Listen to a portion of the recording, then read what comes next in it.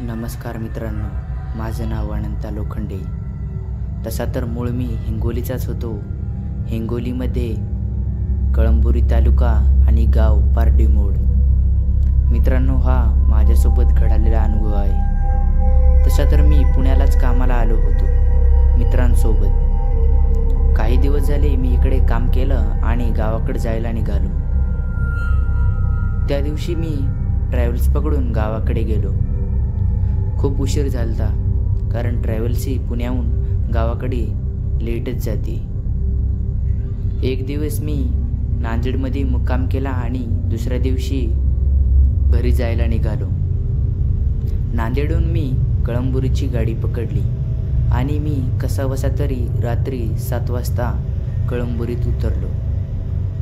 कळंबुरीत उतरल्यावर मला माझ्या गावाकडली एस.टी पकडायची होती. एस.टी 7:30ची होती आणि मी बरोबर टायमावर आलतो.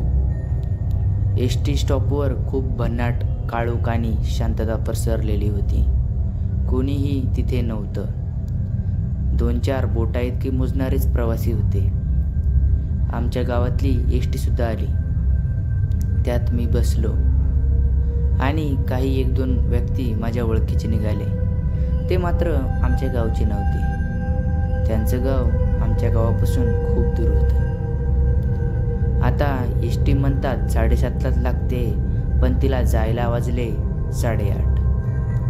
कसाबसा मी इकडे तिकडे टाईम काढला. बोलत फिरत दुकानावर. मला भूकही खूप लागली होती.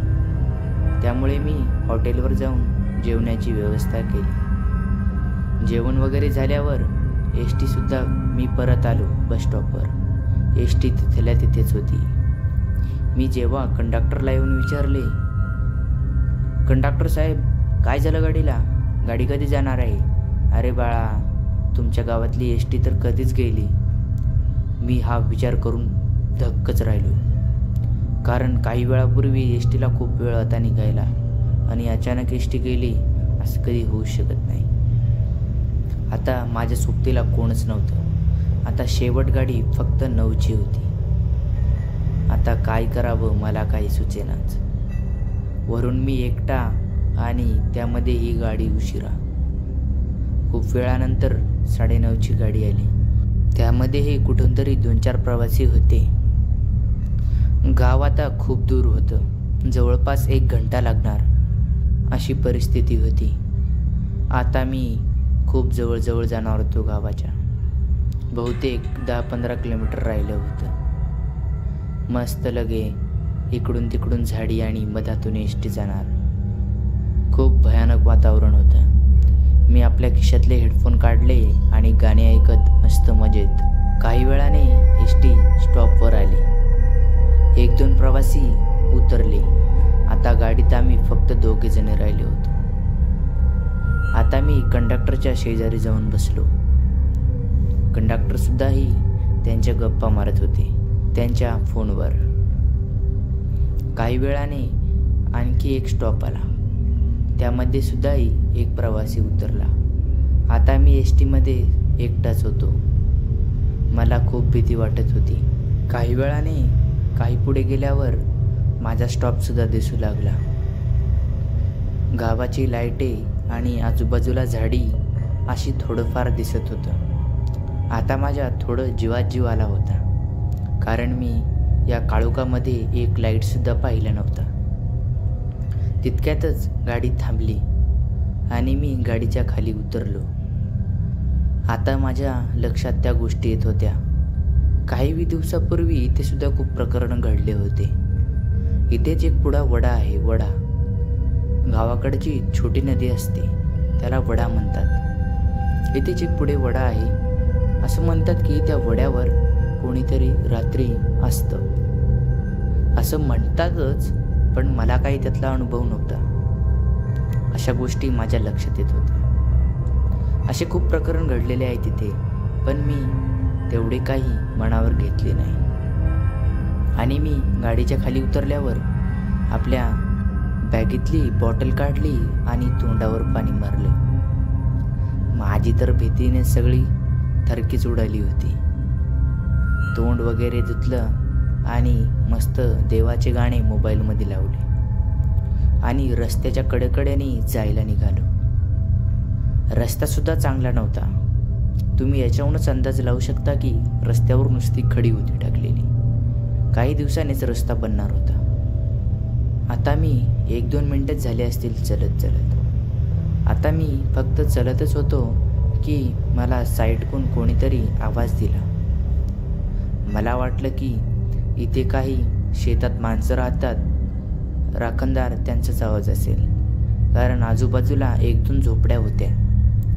मी काही लक्ष दिलं नाही आणि जरासं पुढं गेल्यावर मला लक्षात आलं की आपल्याजवळ काही खाद्यवस्तूसुद्धा आहेत आणि त्यातलंच एक चिकन.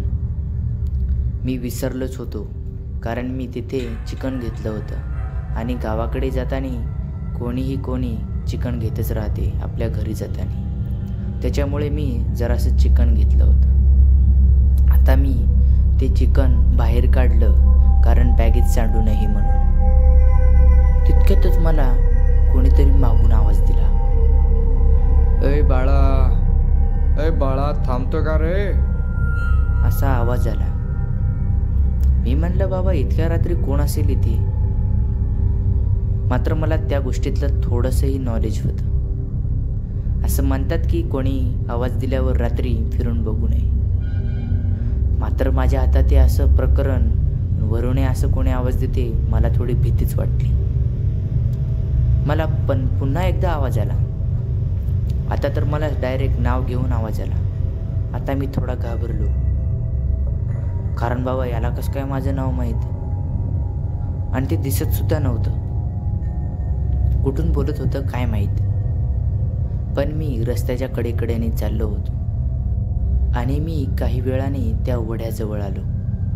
काय त्या वड्यामधल्या बाभूळ आणि काय ते लिंबाचे झाडे, वरून अमावस्या, मला हे लक्षातच नव्हतं. वरून अमावस्याचं प्रकरण, वरून अशी भन्नाट झाडी, आजूबाजूला विहीर, खळखळ पाणी. खूप भीती वाटत होती.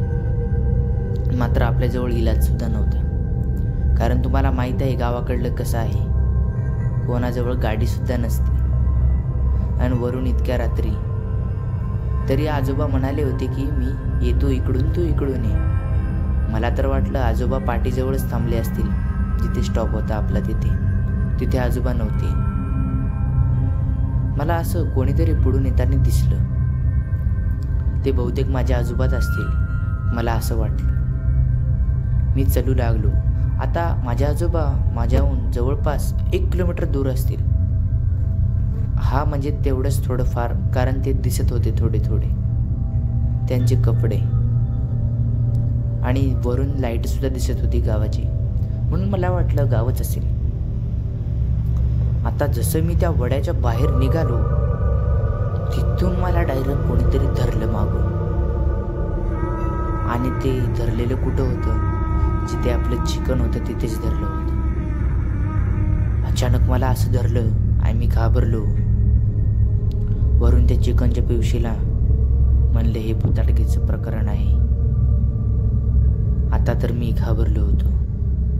ती डायरेक्ट चिकनची पिशवी फेकली आणि काही पुढे गेल्यावर मी मागं पाहिलं तर एक पांढरी शुभ्र साडी घालून बाई, तिच्या डोक्यावर लाल लाल कुंकू आणि हातात कुठला तरी बाळ होतं.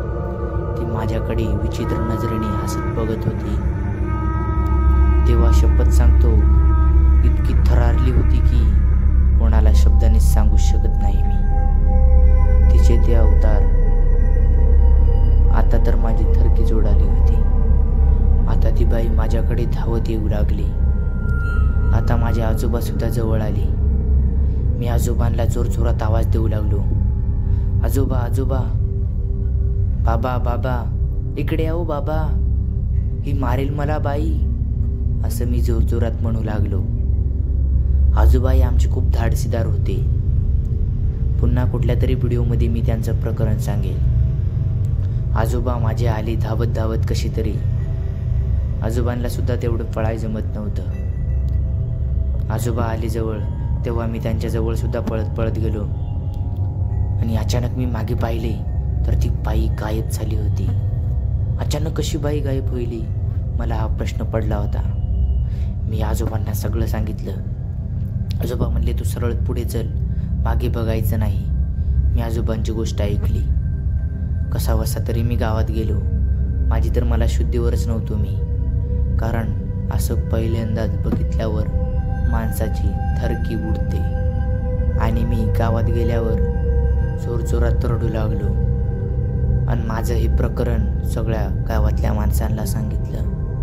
गावातले माणसंसुद्धा हादरली होती, कारण ही बाई कोण आहे.